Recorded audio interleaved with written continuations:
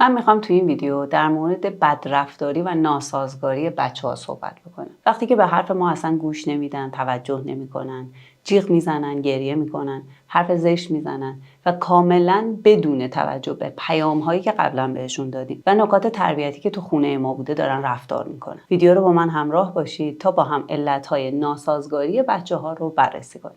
سلام، من ناهید حاج مقصودی هستم و اینجا همراز روانشناسی. امروز میخوایم در مورد بدرفتاری و ناسازگاری های بچه‌ها صحبت بکنیم. اون چیزی که من و شما بهش میگیم پرخاشگری، لجبازی، گوش به حرف ندادن یا رفتارهای عصبی بچه‌ها، داد زدن، جیغ زدن، فحش دادن، هل دادن، اذیت کردن خواهر و برادر، به اصطلاح ناسازگاری ها رو میخوایم با هم دیگه بررسی بکنیم، علتهاش رو پیدا بکنیم و حتما بریم سراغ راهکارها. خب بدون اینکه اتلاف وقت داشته باشیم بریم سراغ اولین علتی که بچه‌ها ناسازگاری میکنن یا رفتارهای بدی از خودشون نشون میدن. اولین و مهمترین علت نیازهای جسمی و یا هیجانی بچه‌هاست. یعنی مثلا توی مرکز خرید هستیم، یهو میزنه به ناسازگاری، به گریه کردن و جیغ زدن. معمولا بچه‌ها اگر گرسنه باشن، اگر خوابشون خوب نباشه و یا اگر تایم بازی که باید طی روز داشته باشن رو انجام نداده باشن، دچار رفتارهای این گونه میشن. پس بهتره که اول دقت بکنیم ببینیم آیا امروز بچه ما غذا خورده، خوابش کافی هست، یا میتونیم با یه بازی چیزی سرگرمش بکنیم که از اون قشقرق و دغدغه‌ای که پیش اومده نجاتش بدیم. علت بعدی جلب توجه هستش. وقتی ما به رفتارهای مثبت بچه‌ها عادت داریم که کمتر توجه بکنیم و بیشتر توجه و فوکسمون رو رفتارهای منفی هست، بچه ما یاد میگیره که برای توجه ما، برای جلب توجه ما رفتار منفی بکنه. من اینو از مراجعینم هم شنیدم، از نوجوانا، از تینیجرها یا حتی بزرگسالا. وقتی با هم صحبت میکنیم میگن یادم میاد که تو کودکی وقتی من دیده نمیشدم، وقتی به من توجه نمیشد، حواسشون مثلا به بچه بزرگتر از من یا بچه مثلا نوزادی که تازه اومده بود توی خونه بود، من یه خرابکاری میکردن که به من توجه کنن، با من وقت بگذرونن، با من حرف بزنن. پس این واقعا وجود داره و بچه‌ها خیلی باهوشن و متوجه میشن که چطوری میتونن از ما توجه بگیرن. راهکارش پس چیه؟ به راحتی ما میتونیم وقتی بچه‌مون رفتار مثبتی داره حتما بهش یه کامنت مثبتی بدیم و توجه بکنیم به رفتارهاش. مورد بعدی غیر قابل پیش بینی بودن ما پدر مادرهاست. یعنی بعضی وقتا محدودیت‌ها و مرزهای خونه ما مشخص نیست. قوانین شفافی نداریم. یعنی اینکه مثلا امروز بچه‌مون میتونه کنار تلویزیون غذاشو بخوره ولی فردا نمیتونه. توی یک شرایط یکسان ما یکسان عمل نمی‌کنیم. بچه ما بلا تکلیف، گیجه. این گیجی باعث بدرفتاری میشه. یعنی اون چیزی میشه که ما بهش میگیم ناسازگاری، لجبازی، پرخاشگری. در صورتی که منشأ و علت اصلیش من و شما بودیم. راهکارم اینه که ما یه سری قوانین ثابت باید داشته باشیم یا یه سری قوانین داشته باشیم که در شرایط خیلی خاص قابل انعطاف هستن و میتونیم یه تغییر کمی توش ایجاد بکنیم. پس اگه قراره بچه ما جلوی تلویزیون غذا نخوره، نباید بخوره. اگه قراره خونه دوستمون شب نخوابه، نباید بخوابه. نه اینکه یه دفعه گریه بکنه، اصرار بکنه و ما بهش اجازه بدیم، یا چون خودمون امروز حوصله داریم، حالمون خوبه، بهش اجازه بدیم. فردا چون تو همون موقعیت یکسان ما حوصله نداریم، بهش اجازه نمیدیم. این باعث گیجی و بدرفتاری بچه‌ها میشه. علت بعدی آموزش‌های دیداری شنیداری هستش. یعنی ما نمیتونیم به بچه‌مون بگیم که داد نزن، پرخاشگری نکن، حرف زشت نزن، دروغ نگو، رفتارهای بد نداشته باش، در صورتی که من دارم توی خونه.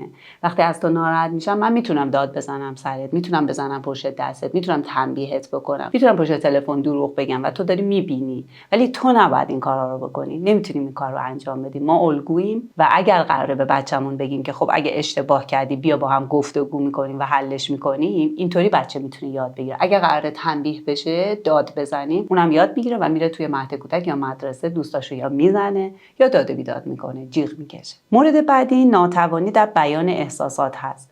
بچه‌های ما احساساتشون رو خوب نمیشناسن. معمولاً بچه‌های 2-3 ساله تا 5-6 ساله نمیدونه که الان ناراحته، نمیدونه الان مثلا داره قصه میخوره، غمگین شده، الان حسودیش شده به خواهر یا برادرش، الان عصبانیه، احساساتشون رو خوب نمیشناسن. و من تو ویدیوی دیگه ای گفتم که حتما لینکش رو میذارم انتهای ویدیو.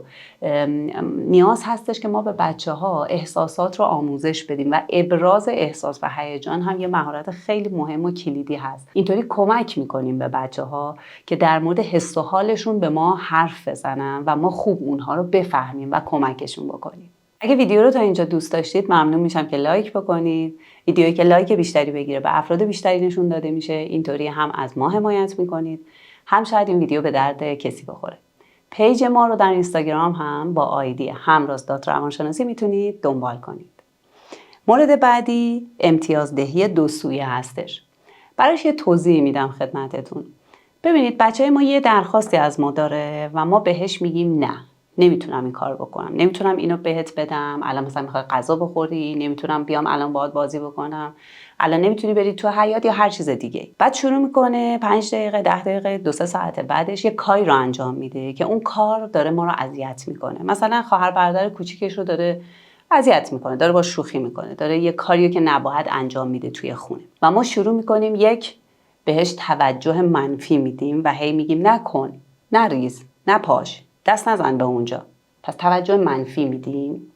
دومین کاری که میکنیم اینه که همون درخواستی که از ما چند دقیقه یا چند ساعت قبل داشت و بهش گفته بودیم نه، اون کار رو براش انجام میدیم. پس بهش میگیم که خستم که بیا برو تو حیاط. حالا امروز تایم حیاتش نبوده به هر دلیلی، یا مثلا بیا برو با پلی استیشنت بازی کن. پس داریم دو سویه بهش امتیاز میدیم، هم توجه منفی داریم بهش میدیم و هی میگیم نکن، نریز، دست نزن، اون کار رو نباید انجام بدی، به جایی که بهش یه توضیح کوتاه بدیم و حالا قوانینی که داره و همون کاری که نمیخواستیم انجام بده رو داریم بهش امتیاز میدیم و بهش میگیم بیا برو انجام بده. پس اون یاد میگیره که میتونه ما رو توی فشار بذاره و امتیاز بگیره ازمون، یعنی به درخواستاش و خواسته هاش برسه. مورد بعدی مشکلات رشدی یا اختلالات رفتاری هست. درصد خیلی کمی از بچه‌ها به این علت بد رفتاری و ناسازگاری دارن. مثلا بچه‌هایی که ADHD دارن، بچه‌هایی که اختلالات اضطرابی دارن، یا بچه‌ای که اختلال نافرمانی یا مسائل حالا اختلالات شخصیتی که وجود داره. من ترجیح میدم که بیشتر توجه و تمرکزتون رو نقاط قبلی باشه که خدمتتون گفتم. درصد کمی از بچه‌ها تو این قسمت هستن. اگر موارد قبل رو انجام دادید به عنوان تمرین، خطاهای خودتون رو پیدا کردید، راهکارا رو رفتید و نتیجه گرفتید، خب حتما بچه‌ها جزو این دسته نیستن. تعدادی کمی از بچه‌هام تو این دسته هستن که اگر تو این گروه بودن دیگه کار شما نیست، باید حتما از یه درمانگر کودک کمک بگیرید. و مورد آخرم نحوه درخواست دادن هستش. ما طی روز مجبوریم توی تربیت از بچه‌ها یه درخواست‌هایی داشته باشیم. گاهی وقتا تبدیل میشه به دستور دادن. مثلا میخوایم به بچه‌مون بگیم مسواک بزن یا درسش رو بخونه یا تلویزیون رو خاموش بکنه یا وسیله‌ای مثلا برای خواهر یا برادر کوچیک‌ترش کمک بکنه برای ما بیاره، چراغ اتاقش رو خاموش بکنه یا از این دست مسائل.